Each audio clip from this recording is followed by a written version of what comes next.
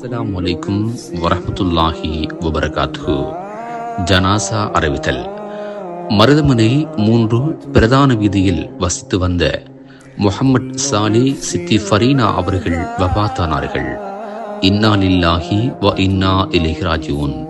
அன்னார் அப்துர் ரஸாக் ஃபரீனாஸ் அவர்களின் அன்பு மனைவியும் MS ஜிதாருதீன், MS மப்ரூர், MS சாமிர், சித்தி மரீனா, சித்தி சஃபீனா, சித்தி ஜரீனா ஆகியோரின் அன்பு சகோதரியும் அப்தி அம்ரியின் தாயாரும் ஆவார்.